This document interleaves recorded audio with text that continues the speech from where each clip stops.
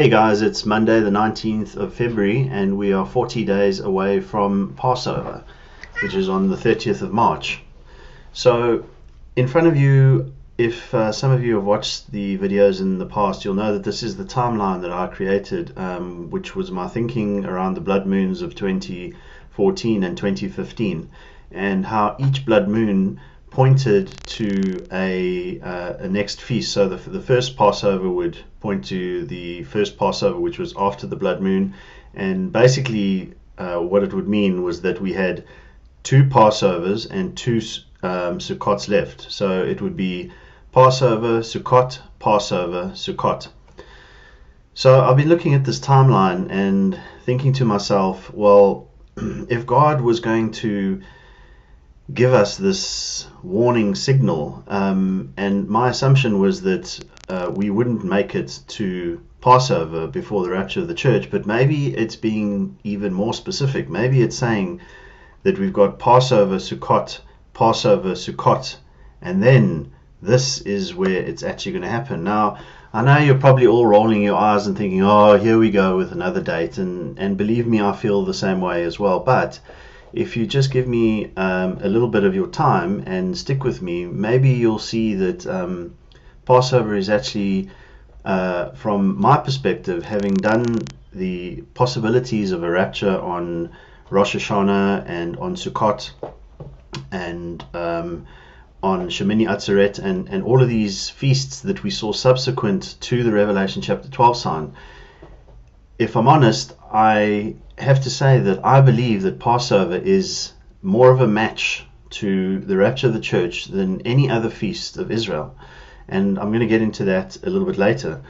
So just going over this again, remember we had two blood moons in 2014 and then two blood moons in 2015. So that was Passover, Sukkot, Passover, Sukkot.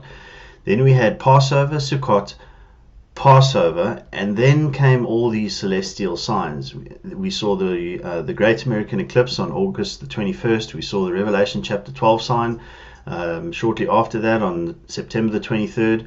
Then came Sukkot, and then we had these three supermoons, which were then followed up by the super blue blood moon on the 31st of January. So this was like the biggest blood moon of them all. So the next feast that's coming up before Israel turns 70 years old, or should I say the last feast that's coming up before Israel turns 70 years old, is Passover.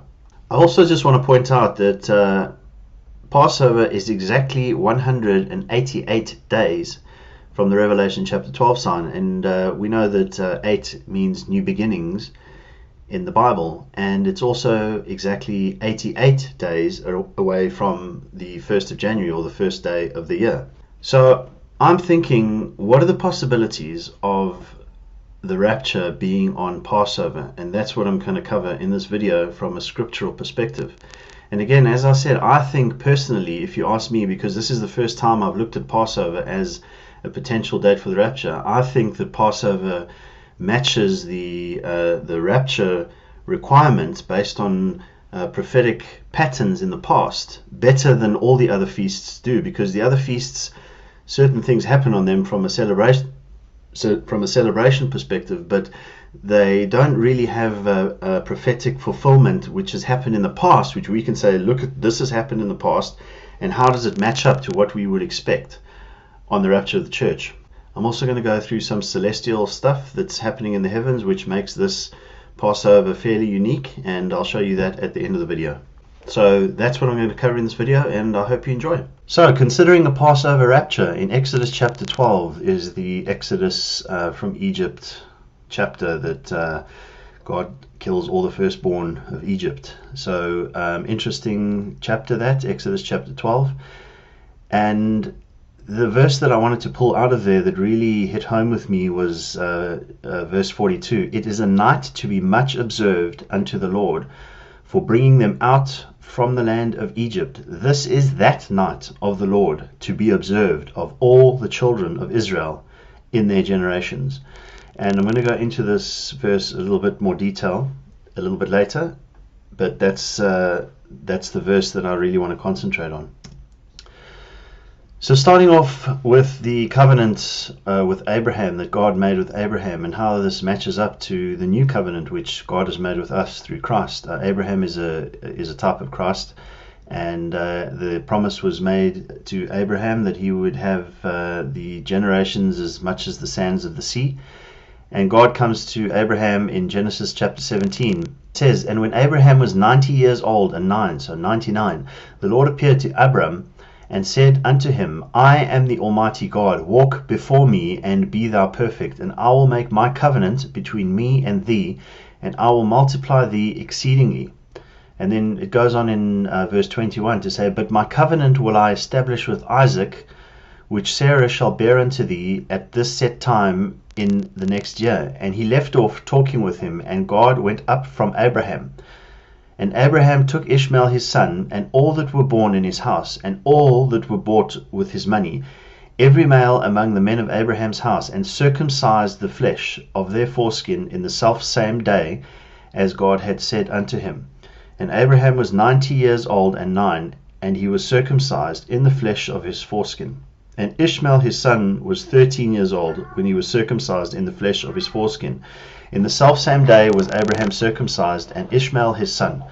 And all the men of his house born in the house and bought with the money of the stranger were circumcised with them. So I wanted to just make a point of the circumcision here, so that you can see it's very specific about the circumcision that takes place when the covenant of Abraham is made. And the reference, or the cross-reference to Genesis chapter 17 in the New Testament is Galatians 3:16. In Galatians 3:16 it says, "Now to Abraham and his seed were the promises made. He saith not," that is God, "and to seeds as of many, but as of one, and to thy seed, which is Christ. And this I say, that the covenant that was confirmed before of God in Christ the law, which was 430 years after, cannot disannul, that it should make the promise of none effect." So Paul is just saying here in the epistle to the Galatians that he's confirming that the covenant made with Abraham, it was for 430 years. And that was how long Egypt were masters over Israel, or the Hebrews were in servitude to Egypt. And they come out of Egypt in Exodus 12. So this is where God says to them, he tells them about the lamb. And what's going to happen, I'm sure you've all read it before, but let's just go over it. It says, "Your lamb shall be without blemish, a male of the first year. Ye shall take it out from the sheep or the goats, and ye shall keep it up until the 14th day of the same month." So that's the 14th of Nisan, that's Passover when Jesus was crucified. "And the whole assembly of the congregation of Israel shall keep it in the evening." So they take this lamb and they actually bring it into their house, and they keep it in their home. "And they shall take of the blood and strike it on the 2 side posts and on the upper door posts of the houses," so in the shape of a cross, "wherein they shall eat it. And they shall eat the flesh in that night, roast with fire and unleavened bread, and with bitter herbs they shall eat it. Eat not of it raw, nor sodden at all with water, but roast it with fire, his head and his legs, and with the purtenance thereof. And ye shall let nothing of it remain until the morning. And that which remaineth of it in the morning shall ye burn with fire, and thus shall ye eat it." Now listen to this. He says, "With your loins girded, your shoes on your feet, and your staff in your hand, and ye shall eat it in haste." So the manner in which they're actually eating the Passover lamb is to get out of there. It's to be ready, and to have the loins girded, and to be ready to move. And he's telling them to eat it in haste, eat it quickly, because this is the Lord's Passover. And then he says, "For I will pass through the land of Egypt this night, and I will smite all the firstborn in the land of Egypt, both man and beast. Against all the gods of Egypt I will execute judgment. I am the Lord. For the Lord will pass through to smite the Egyptians. And when he seeth the blood upon the lintel and upon the 2 side posts, the Lord will pass over the door, and will not suffer the destroyer to come into your houses to smite you. And ye shall observe this thing for an ordinance to thee and to thy sons forever. Now the sojourning of the children of Israel who dwelt in Egypt was 430 years, so to the very day." So God made his covenant with Abraham, as it says here, and it came to pass at the end of the 430 years, even the selfsame day, it came to pass that all the host of the Lord went out from the land of Egypt. So when God made his covenant with Abraham, it was on Passover. And in verse 42 here is where it says this key verse. It says, "It is a night to be much observed unto the Lord for bringing them out from the land of Egypt. This is that night of the Lord to be observed of all of the children of Israel in their generations." This is a warning saying that this is the night to be observed. And I can't think of any other feast, if you will, that's in the Bible, which actually speaks of a specific day, saying this is the night which needs to be observed. So there is that. In Genesis 17, the cross reference to Exodus 12:44, and you'll remember the circumcision verse that I was reading in Genesis 17 when he makes this covenant with Abraham. It says in Exodus 12 verses 44, it says, "But every man's servant that is bought for money, when thou hast circumcised him, then he shall eat thereof." So if the servant has been purchased,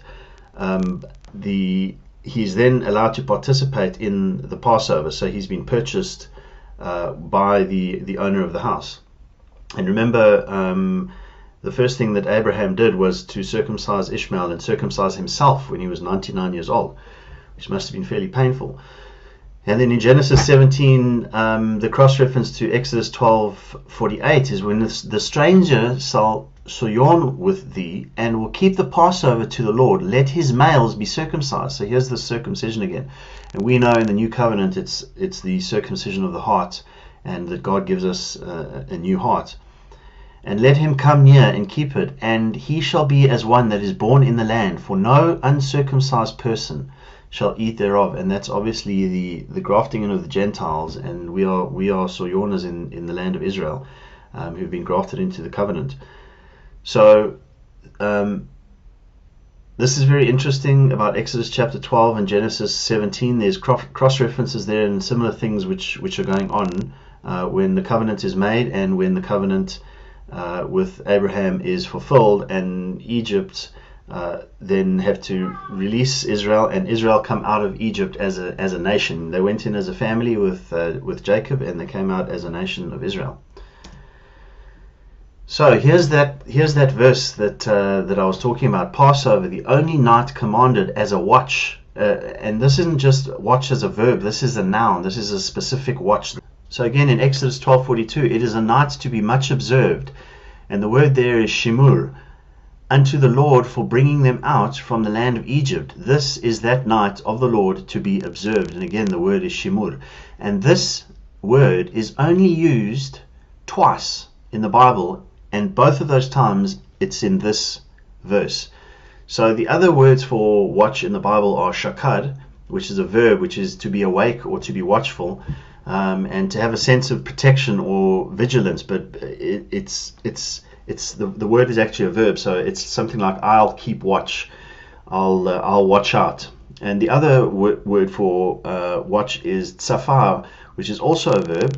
And that is to watch as an action in the present tense. So I am watching, or I am currently looking out. But this particular word, shemur, is a noun which describes a watch, as in a period. It's a vigil or the watch. In other words, this is not described elsewhere in the Bible, but particularly for Passover. So I wanted to bring that to your attention for this particular feast which is coming up. And I find that very interesting. Then there's the firstborn cry.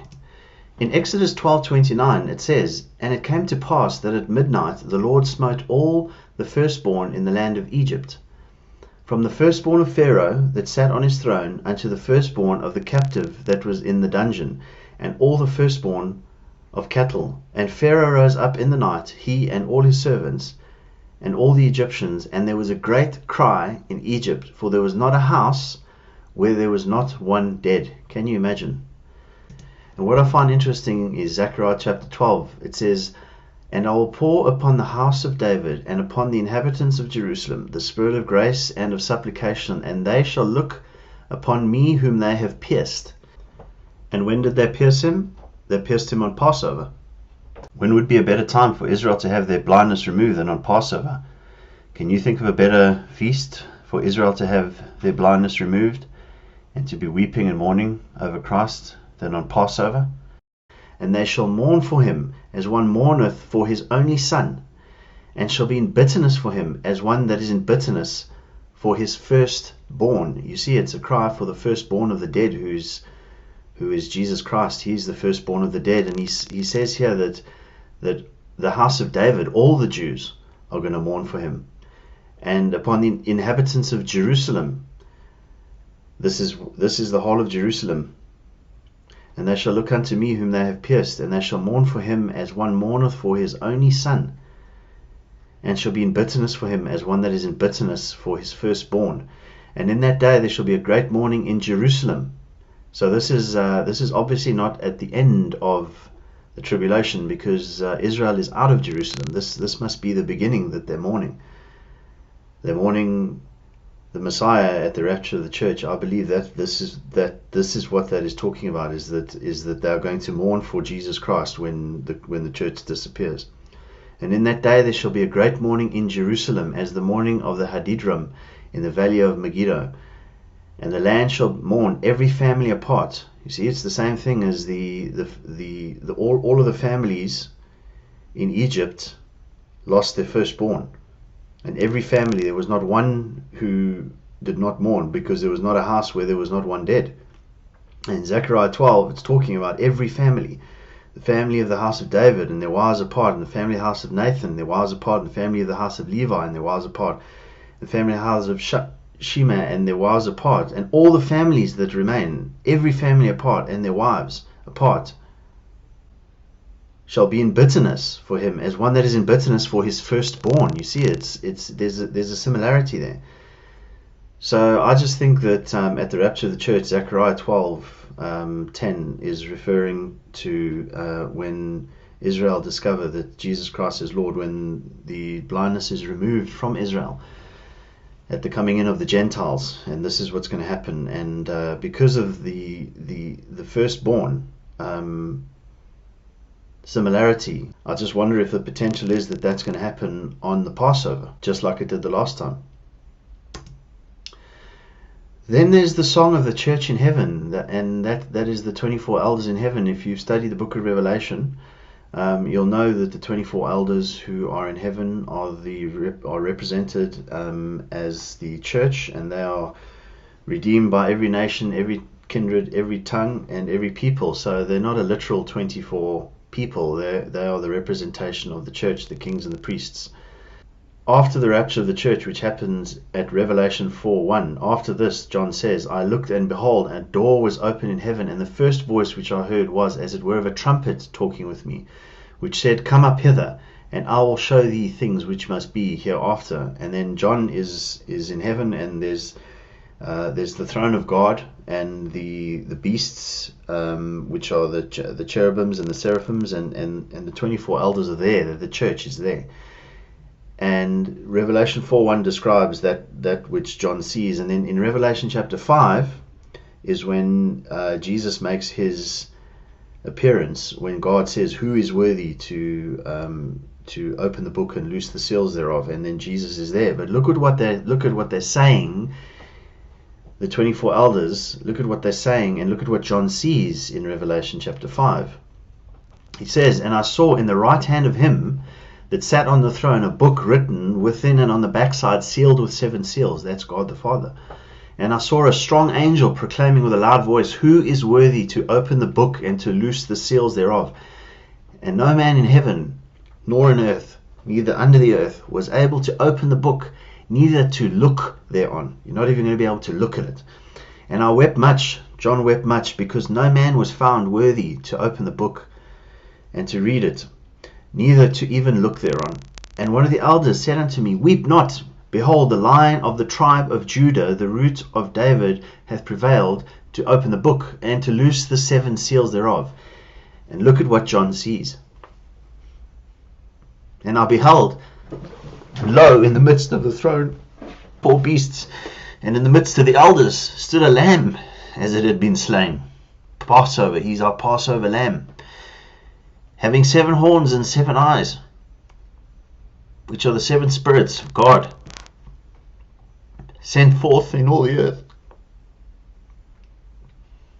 And he came and took the book out of the right hand of him that sat on the throne. And when he had taken the book, the 4 beasts and the 24 elders fell down before the Lamb, the Passover Lamb, having every one of them harps and golden vials and full of odors, which are the prayer of the saints. And then it continues in Revelation 5:9.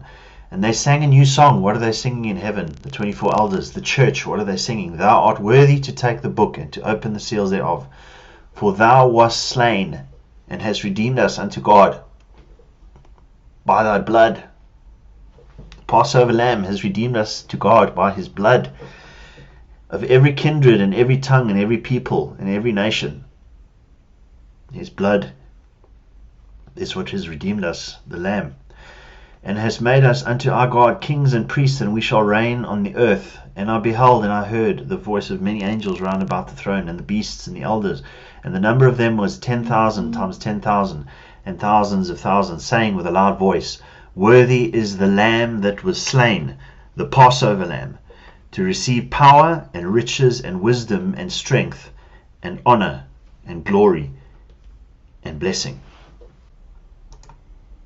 So next I'm going to show you what's interesting about Passover and the celestial occurrences which are happening in the heavens at this time. So what you can see in front of you is what the ancients would have seen. This, I've got my location set to Jerusalem, Israel. Here you can see Jerusalem, Israel. And it's 8 p.m. on March the 30th, which is Passover. And directly above Israel, if I show the ecliptic, we're looking straight up, is Jupiter. And then there's this big full moon on the 14th of Nisan. So from March the 30th to March the 31st is Passover. And on the left here you can see Saturn and Mars. So what the ancients used to believe was Saturn and Mars were malefic planets. So if God is telling a story in the heavens, there need to be good players, which are Jupiter and Venus, and bad players, Saturn and Mars. Whether that's what people believe these days is really irrelevant, but that's a fact based on the Babylonian tablets that were left to us, and that's what the wise men who found the baby Jesus would have believed, that Saturn and Mars were malefic planets. So what's unique about this is that on this full moon, which is Passover, Mars and Saturn are the closest together and will be the closest together for at least another 2 years. So if I go and enable the constellation figures, you can see that the moon, which is almost like the finger pointer, is in Virgo, which is the woman, Israel, and Jupiter is still in Libra, which is either the scales or the holy altar, and Mars is in Sagittarius, with Saturn doing its closest pass by on a full moon. So if I show the constellation drawings, you can see that this is Sagittarius. John said he saw a rider with a bow and a crown, and this is the depiction of the beast. So I believe that this Sagittarius is a picture of the Antichrist, and we see Jupiter in Libra, and the big bright full moon is in Virgo. So if we go to the next full moon, which will be a month later, so I'm going to go to around about April the 30th or thereabouts, you'll see that Mars has moved on, and it's nowhere near Saturn anymore. And if we go back a month, you can see, so Passover just happens to be when Mars is going to be the closest to Saturn in Sagittarius. So that's really all I can say is interesting about the Passover. And also Venus is going into Aries, which obviously Aries is the Lamb. So what I'm going to do is just go over a few headlines which are in the media recently, and I think if you've got this far in the video, you're probably somebody who keeps track of what's happening in Israel and what's happening with the geopolitics in the world. And we can see that Hezbollah are issuing a fresh threat against Israel's offshore gas rigs.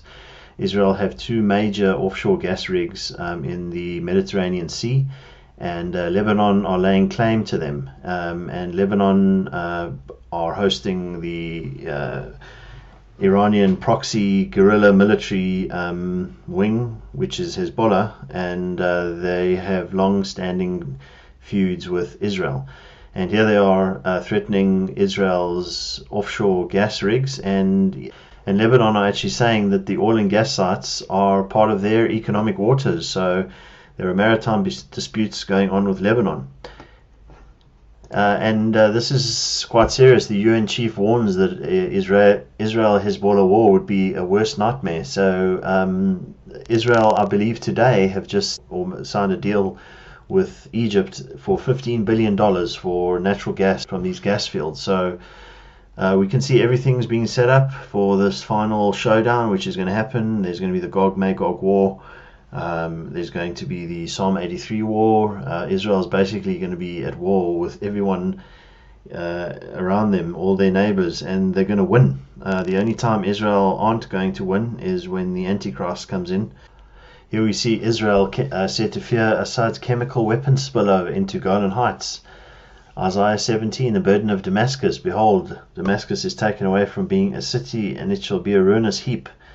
So if Assad decides to fire chemical weapons into Israel, Israel will take Damascus out. So everything's being set up, everything's happening. Obviously there's terrible death and suffering which is happening in the world and all over the planet, really, and it can only go on for so long. Eventually God says enough, and he's going to bring this all to a close, all the suffering and all the pain that these people are going through. And this is just for the greed of man. This is just for men being wicked. That's what they are. Weapons and money and greed. So here we see Iran has 10 military bases in Syria, 2 near Israel border. So you'll know, I'm sure, that the Iranian base flew an unmanned UAV into Israel, and Israel shot it down and then went to destroy the base which was controlling the UAV. And when they went into Israel, it was done deliberately so that they could fire on the planes which were going to take out the UAV base. So as soon as that happened a couple of weeks ago, we saw Israel take out 12 covert military bases, which they don't even know how Israel knew where these bases were. And so we see that everything has been set up for this war, this final war, and the next war will be the final war. There's no question about it. There's not going to be another war and then a peace time. It's just not going to happen. The next war is going to kick off, is going to be that war. It's going to be the final war. It's going to be the one that culminates in the return of the Lord Jesus Christ, tribulation, and the Antichrist comes to take peace from the earth. So that's relative peace. It's not peace if you're living in Syria or if you're living in Yemen, but from a global perspective, we are living in peace times right now. And the Antichrist comes to take peace from the earth, and that starts off, that's going to be kicking off at the rapture of the church. And I don't know what else has to happen, but even the earth is warning us. Here we see Indonesia aviation warnings after Sumatra volcano emits ash cloud. This is February the 19th. This huge volcano is going off. So this was the largest eruption that has happened this year, and it's incredible. Not only in Indonesia, but we see in Mexico. You can see that, I'll just close that down. In Mexico volcano eruption update. Third earthquake hits Mexico. Will Popocatépetl erupt? That's their earthquake. That's their volcano, which is in Mexico. So we've got the Mexican volcano going off. We've even got Yellowstone eruption. saying, that there's been 10 earthquakes in one day. That was today. The warnings are there, and the warnings are plenty. Not just Indonesia and Mexico and Yellowstone, but also the Canary Islands around Spain. Canary Islands volcano hit by 70 earthquakes, sparking emergency response. Again, that was a couple of days ago. So all of these things are warning us. The day of the Lord comes as a thief in the night, in which the elements shall pass away with a fervent heat. The mankind is going to be burned in the tribulation. The wrath of God is going to burn the earth, once by water, once by fire. God will baptize the earth in fire like he did in water. By the same word has it been reserved unto judgment of the great day. God is going to judge the earth by fire. The earth mourneth and languisheth. The earth is taken away. And God makes it very, very clear all over the Bible that the tribulation of man cannot be survived. You can't survive tribulation. You can't survive the wrath of God. Most people are going to die. Unfortunately, that's the reality of the wrath of God. Most people are going to die. Not all people, but most of the earth is going to die in the wrath of God, and it's going to be done by fire and by unpleasant things which are going to happen to this world. So if you haven't repented yet, I suggest you do. I suggest you make yourself safe under the blood of Jesus Christ, and you ensure that you have a relationship with the Lord, that he knows your name, that he knows your heart, that you are longing to be with him, that you are not loving this world, and you're not deceived by the god of this world, who is Satan. And the hatred of sin is the beginning of wisdom, and the beginning of wisdom is the fear of the Lord, and he hates sin, and to have a heart after God's own heart. And the more that we become holy, the more we become sanctified, the more we recognize our own corruption, and the more we recognize our own fallenness. And we need to understand the serious situation that the fall of mankind has put us under. And but praise the Lord, he's given us victory, and he's given us salvation, and he's given us escape and mercy and grace and all the wonderful things that God has given us in his Son, Jesus Christ. I hope you enjoyed. Speak to you soon. Love you lots. Hope to see you in the sky.